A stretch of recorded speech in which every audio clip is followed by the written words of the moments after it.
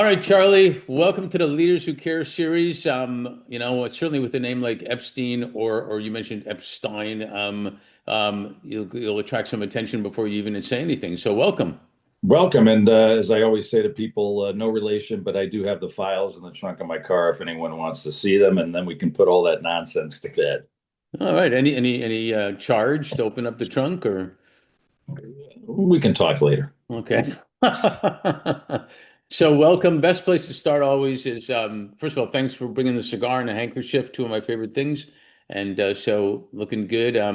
If you could briefly introduce yourself, but not about what you do yet, about where you're from originally, where you are now, maybe family, you feel comfortable talking about something you've never told anybody you want to reveal now, things like that. Tell us about Charlie. Sure. Well, right now you find me in the booming metropolis of East Longmeadow, Massachusetts, outside of the booming metropolis of Springfield, Mass, home of the Basketball Hall of Fame.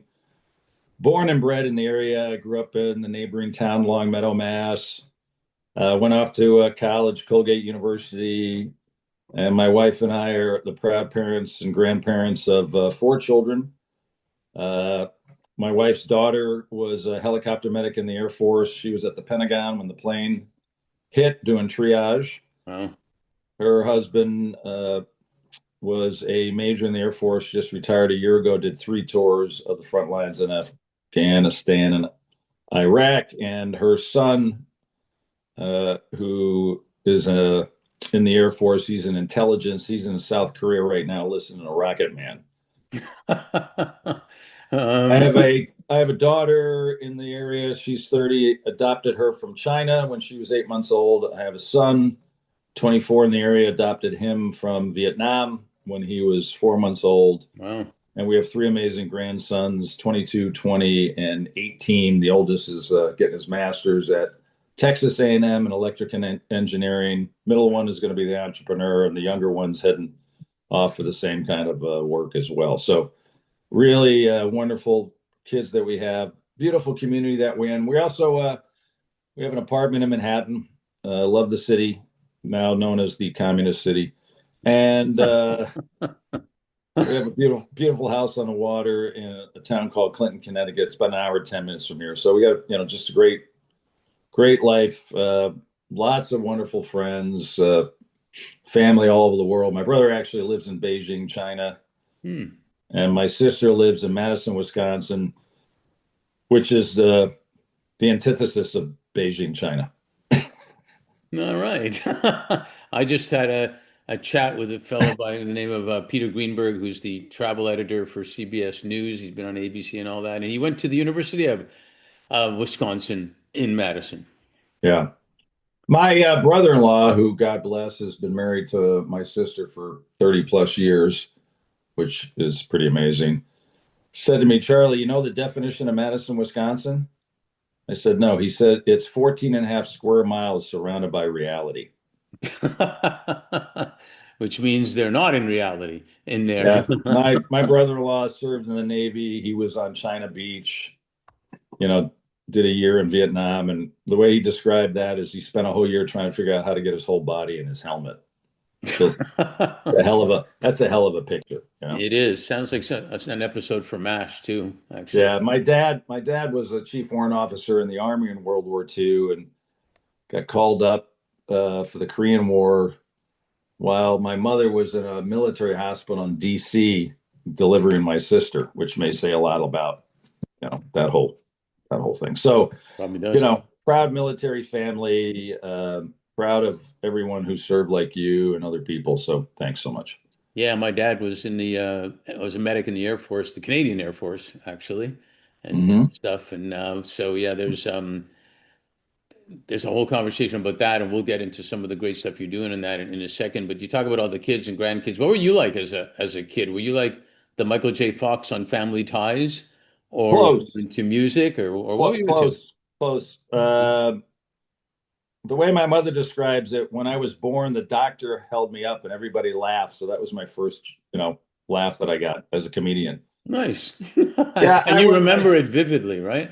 yeah, I remember it vividly. By sixth grade, I was voted class clown.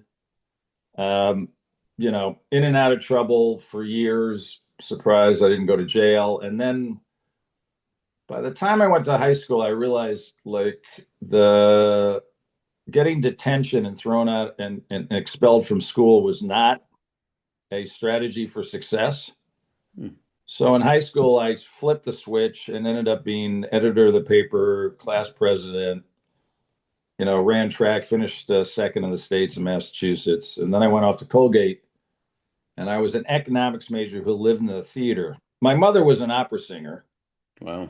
and her father, my grandfather, was concertmaster of Radio City Music Hall in the 1920s and a starving artist. My father was an entrepreneur, started his own business, and then with his buddies created an amazing retail clothing store called Casual Corners. Hmm. And his father, my grandfather, Max, with the cigars. Max, of course, it's a Max. Very, very successful accounting firm in West Hartford, Connecticut. And growing up as a kid, we used to always go to the country club that he was one of the founders of. And he and my grandmother were like the king and queen. And as a 4 or 5, 6 year old, I could get all the Roy Rogers and Shirley Temples at the bar I wanted. But I always remember my grandfather had a big smile on his face all the time, cup of black coffee in one hand, cigar in the other, and this smile on his face like he knew the secret. And I just remember at a young age saying to myself, I want to know the secret. And so that's what I've been up to, figuring out the secret of life. Well, I think it's kind of figured out, and we'll probably get to some of it right now. Mhm. What were you envisioning when you were in Colgate then and all that? What were you envisioning? Were you envisioning finance? Were you envisioning, I mean, the different things you're Yes. doing? Was there, what were you It thinking? was so my freshman year, I tell people that I was born with a divine discontent. Entrepreneur, entertainer, entertainer, entrepreneur. I lived in those two worlds. So when I went to Colgate my freshman year, I'll always remember my father called me up and said, "What are you going to major in?" And I said, "Well, they don't have a major in theater, so I'll major in English and do a minor in theater."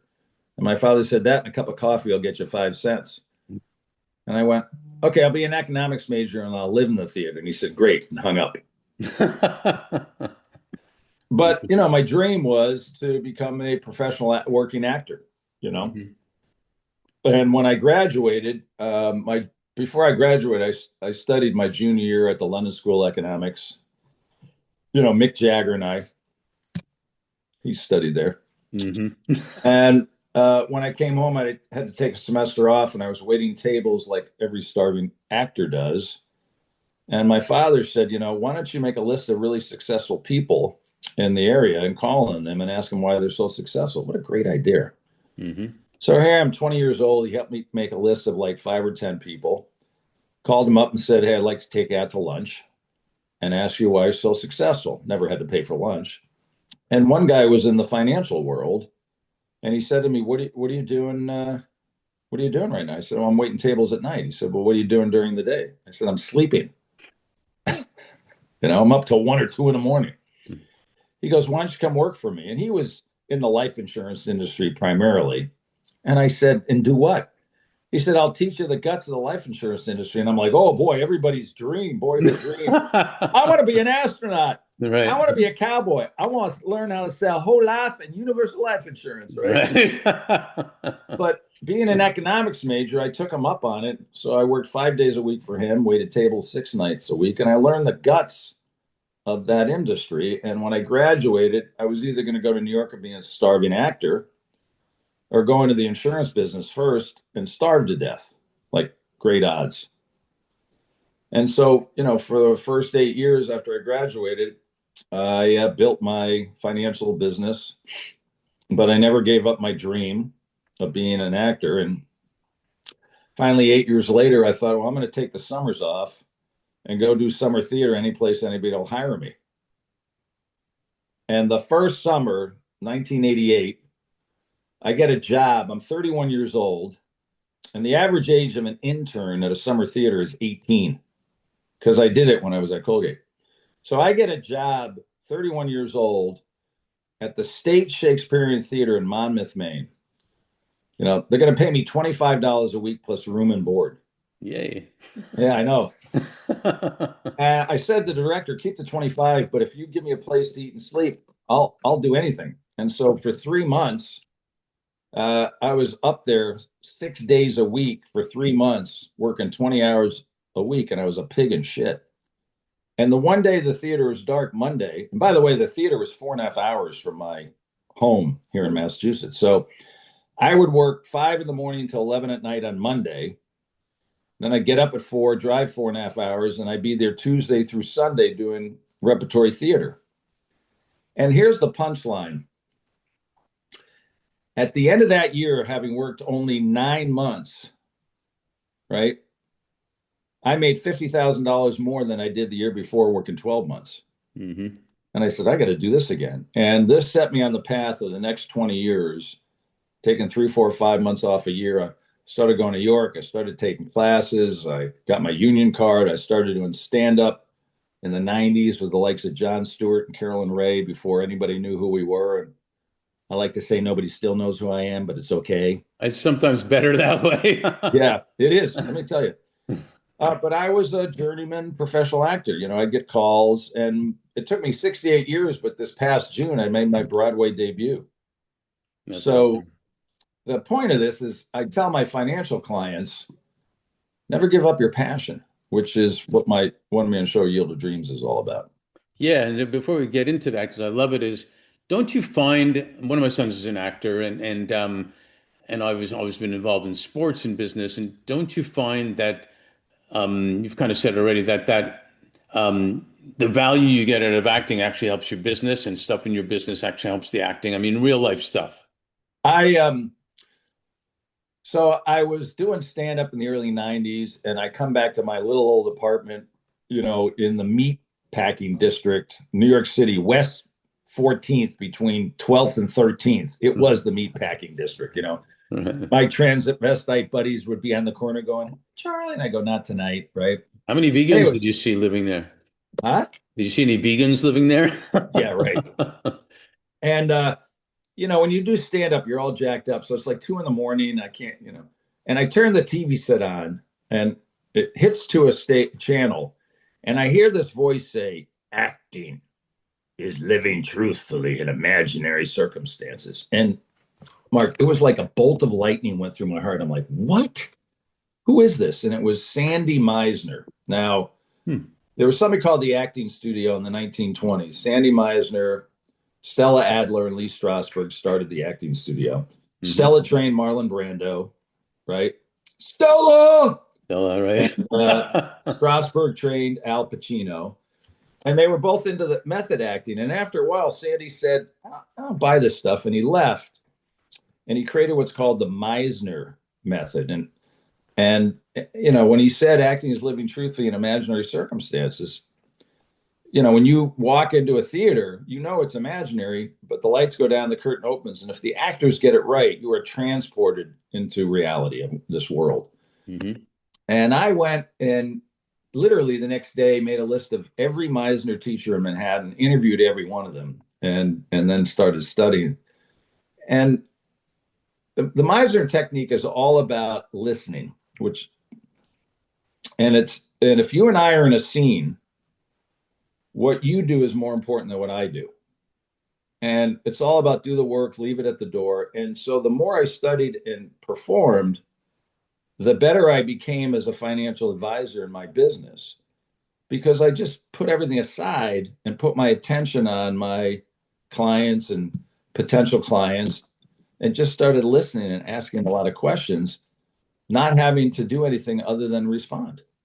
It was the most brilliant education of my life. Isn't it very much like that expression, be more interested than interesting? Yeah, totally. Um, just and I became in the 2000s. I launched a coaching program. I was known as the 401k coach for 15 years and coached over 10,000 advisors and tried to teach them how to take this acting approach and bring it into their work. It was really cool, really cool. Yeah, I wanted to ask about that. Your experiences working with executives for 401ks, entrepreneurs, family offices, et cetera, et cetera. Um, Talk a little bit about that in terms of how that led to you creating Yield of Dreams. most of the people in my industry, in the financial services industry, like having coached over 10,000, I got a real lay of the land. And unfortunately, 85 to 90% are trying to sell you something. Right. So if they're in the investment business, they have to tell you, their money management system is the best in order to get paid. Or if they're in the life insurance business, they have to tell you why life insurance is the best thing since sliced bread. Or if they're in the 401k industry, or, fill in the blank. Hmm. We're a very holistic operation. We have a flat fee for service planning process. I'm a fiduciary, so I have to do what's in the best interest of my clients. I have a duty of, loyalty and prudence and obligation. And that just clears the board. And so we have a family office process that we provide a service. And out of that, people then get greater clarity and confidence about, well, what do we need to do next to achieve the results that we want? But here's the biggest thing I tell people. My biggest job as a financial advisor is not to get you to save and invest your money as it is to get you to spend and enjoy it along the way. And that's what makes us different. Because most people in my industry are like, you got to save, you got to scrimp, and then someday, one day, you'll enjoy it. Well, now that I'm 68, I'm watching 47 years later, my clients or people are in one of two places. They've saved, but they didn't build a habit of enjoying the money along the way. So now that they're 65, 67, or 70, they're petrified they're going to run out of money, so they still won't spend it. Or their mental or physical health breaks down, they can't enjoy it. Right. It's the biggest tragedy. This notion of retirement is just wrong. And by the way, the word retirement means to put something out of use. Right. I don't know anybody working their tail off to be put out of use. So we try and teach people something called desirement planning. Mm-hmm. Yeah, you got to save and invest, but it's really so you have enough money to do everything you desire to do. Why would you stop doing what you love? Yeah, it seems like we were educated and trained along the way that, like you said, that you go to school, you get a job, you get a dog, you get a fence, you get the house, so you can have enough that when you're 65 you can retire and do something. But to your point, it doesn't make sense. You get 65 years of what were you doing in the meantime? Yeah, Enjoying. I've been lucky. My life has been a playground of curiosity. Oh, I think I'll take this class.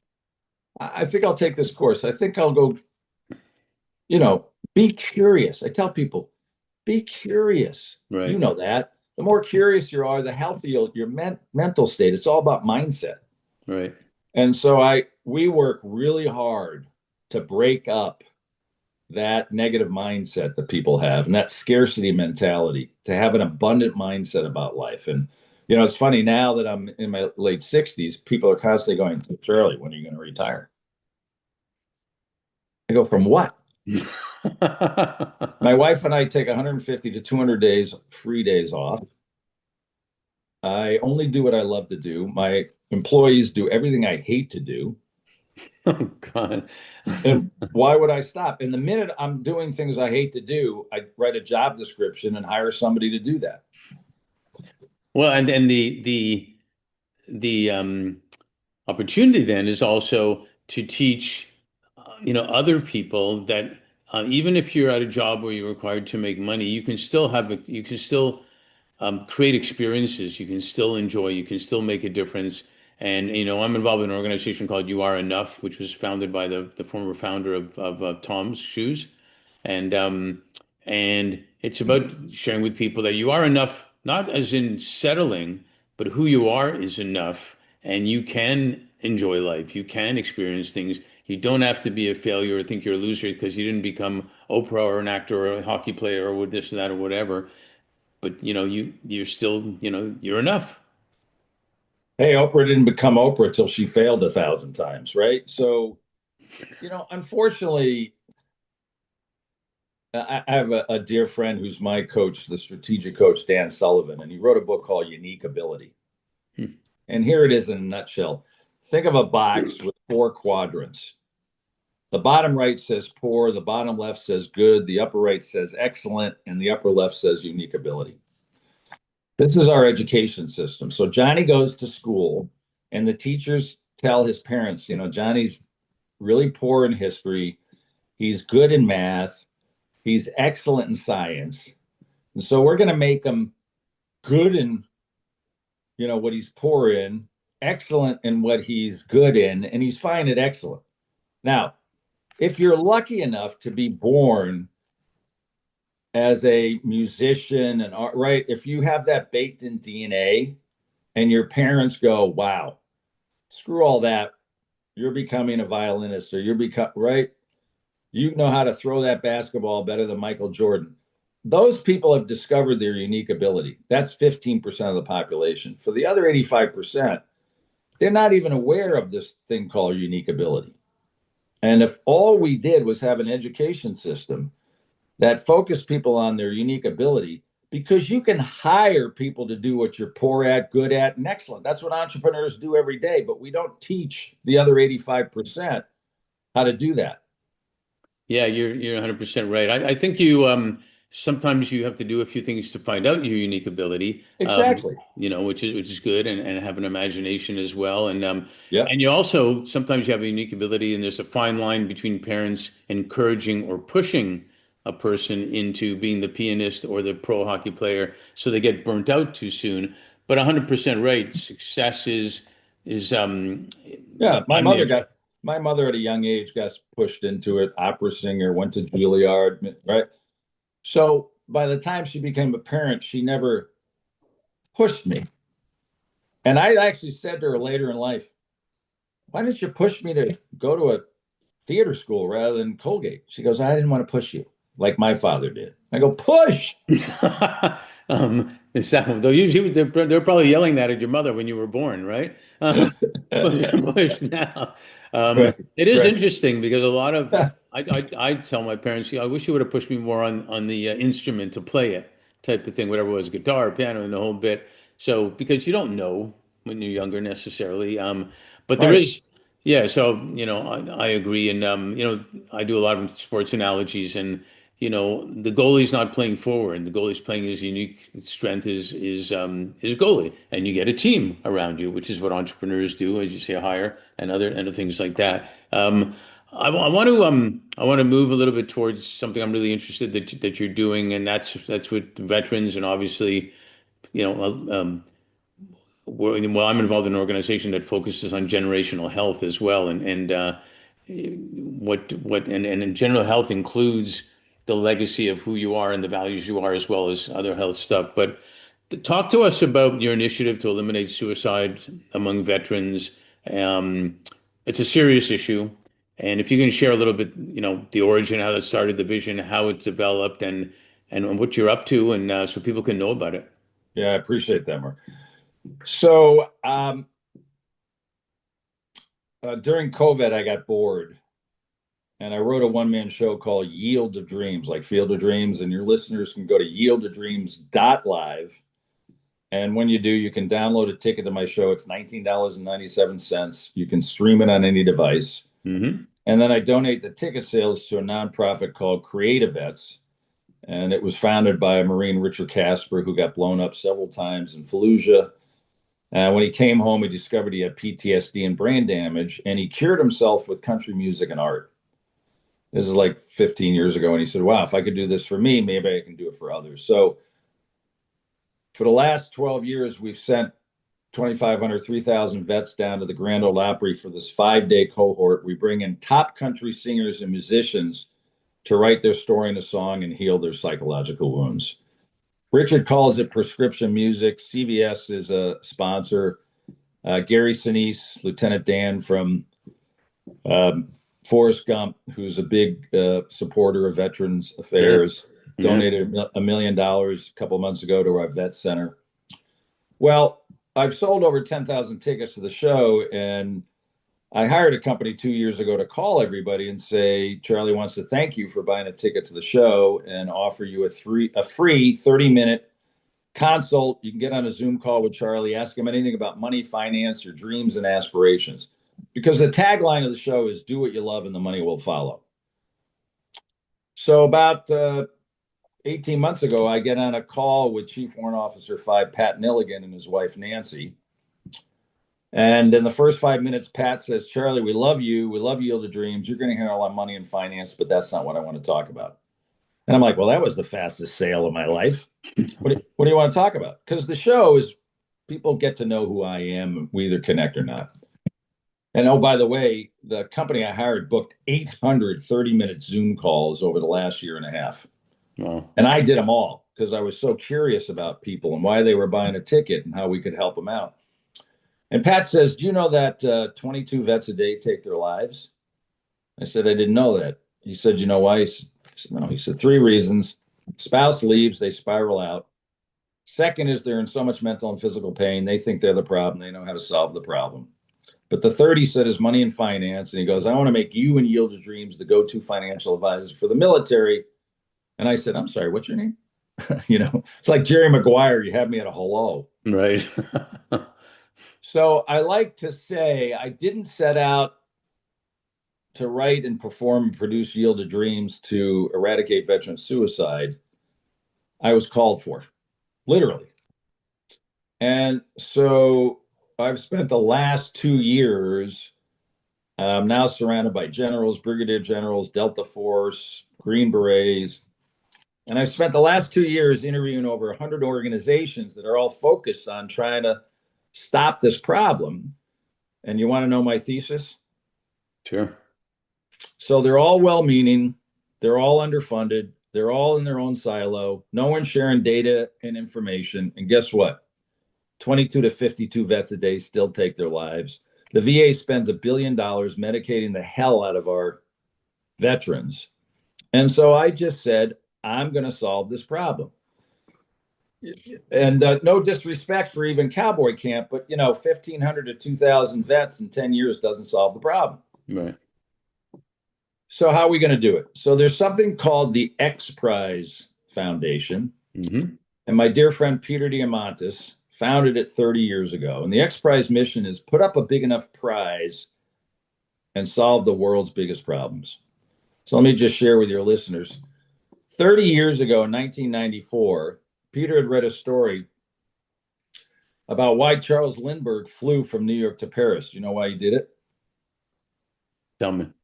Because some guy in New York City put up a $25,000 incentive prize in 1927. That's a lot of money. Yeah. Lindbergh just had his first child, said I could use that. Nobody knew who he was, got on a plane and did it. And Peter filed that in his head. And in 1994, he stood under the arch in St. Louis in honor of Lindbergh with Eric Lindbergh, his grandson, 19 astronauts and the head of the FAA. And he said, tonight I am announcing a $10 million X Prize to incentivize the first private citizens to go up into suborbital space. They had to do it twice in 2 days with the same vehicle. Peter had $500,000 in his pocket. Figured he had 8 to 10 years to raise the rest before anybody could do it. 11 teams competed for the prize. And in 2002, I believe, one of the teams won. 4 years ago, Peter calls up his good friend Elon Musk and said, hey, we got to do something about the carbon in the Earth's atmosphere. We want to do a $100 million carbon neutral X Prize. Would you put the money up? And Elon did. And then 2 years ago, he called up Chip Wilson, the founder of Lululemon, and said, hey, we want to extend life by 20 years and do a global health span X Prize. And Chip said, well, how much was Elon's? And Peter says 100 million. And Chip says, well, if it's 101 million, I'm in, right? Billionaires want to top us.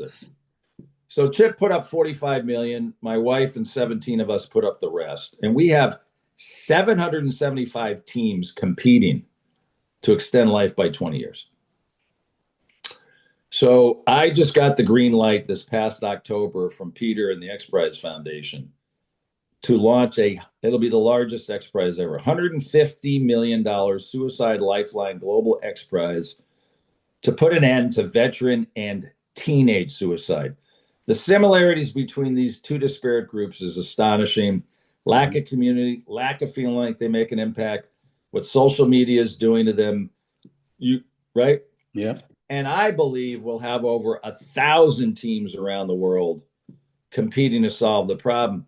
And it won't be just one big prize. Like with the HealthSpan X Prize, The first year, last March, we gave out 10 million to 40 teams. We gave them all $250,000 to say, hey, we think you're on track extending life. Keep doing it. And then this year we'll give out another 10 million. And so I envision this X Prize. We're still working on the design portion of it and the specificity. Over 3 years, we'll give out 10 or 20 million to keep teams working, hopefully to work together and collaborate. Hopefully. We have everything on planet Earth, plus what I don't even know, Mm-hmm. to solve this problem. Let me give you an example. Out of 100,000 vets in the U.S., 32 take their lives. Guess how many in Israel out of 100,000 take their lives? Two. Mm-hmm. I'm heading over to Israel this year to find out what the heck they're doing.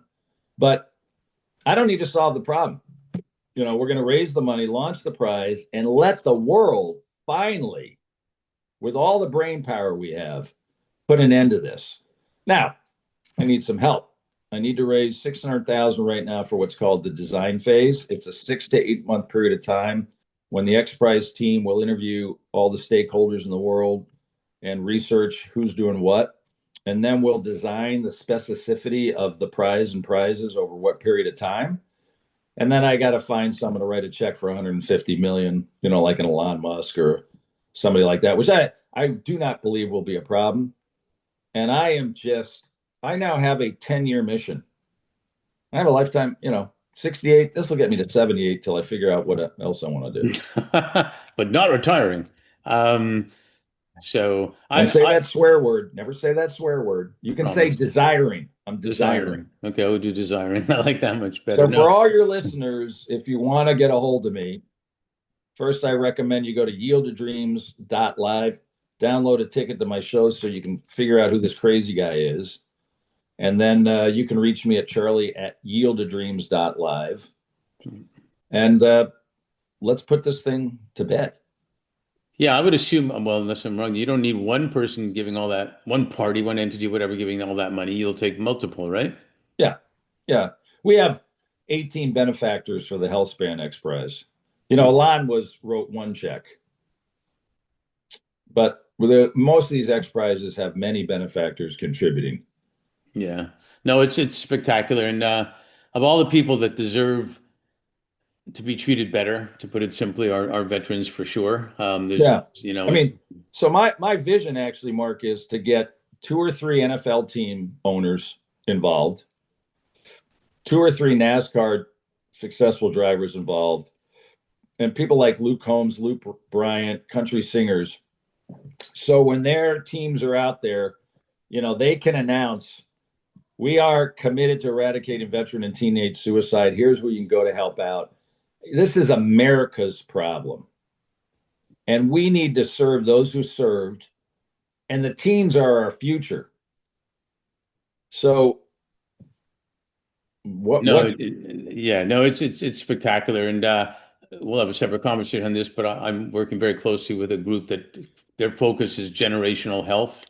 And this is right in the realm of generational health because it does impact generation after generation after generation. It just keeps going. And you can have either negative generational health or positive generational health. And it's not much of a choice to make if in that sense. So we'll talk about it. But yeah, it's a huge problem. It affects families, it affects communities, it affects everything for generations. And yeah, so it's worthy of your next 10 years before you figure out what else you want to do and stuff. Um, you know, in LA we say leave them wanting more so you can do a sequel later, and you know yes, that. sir. Yes, But I have sir. one last question on this part, and we'll have to do a sequel for sure. A client told me in 2021, he said, with respect to 2020, the COVID year, he said it was the year that flew by slowly, he told me. And I got it. And very often these days, people feel like COVID was yesterday and years ago all at the same time. And now we're already in 2026. What are you most grateful for, and what are you most hopeful for? I am, first of all, so blessed and grateful for my wife, my children, my family, my friends, my community. I mean, I have friends that I went to high school with that I'm still close to. And I just have this unbelievable network of successful entrepreneurs and not. One of my best friends drove FedEx truck for 35 years. He's my golfing buddy.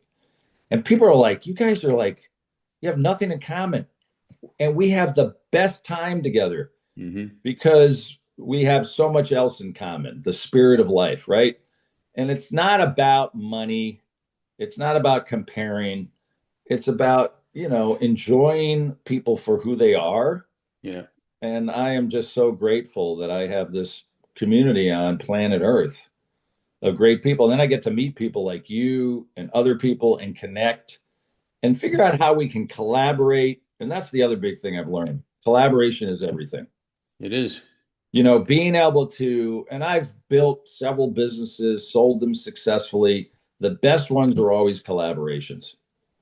Where and what a collaboration means, and I want to be clear. I've had 5 partnerships in my career. 4 of them failed. The one that was successful was because at the end of the first year, I gave my partners, I had 15 other partners in an accounting firm. I gave them all their risk capital. We made so much money in the first year, I gave them all their risk capital, and they left me alone for 15 years to build this company and sell it. But a true collaboration is I have something that you don't have, you have something I don't have, and we decide to come together, not for the money. You don't need the money, and I don't need the money, but to make something bigger, bolder, brass, right? And solve some problem. And oh, yeah, out of that, as I said, do what you love and the money will follow. Hmm. But you're not worried about it. You're going to get paid, and I'm not worried about it. It's can we create something that will solve a big problem and have fun doing it? Yeah, if you do it for the money, it doesn't have the passion, doesn't have the rest of it. It doesn't work. If you do it for the passion, it always Yeah. comes. And So you've got to collaborate with people who have basically financial freedom. They have cash flow freedom. They don't need the cash. They don't need the profit. Now, don't get me wrong, everybody in business wants to make money, but yeah, that isn't the essence.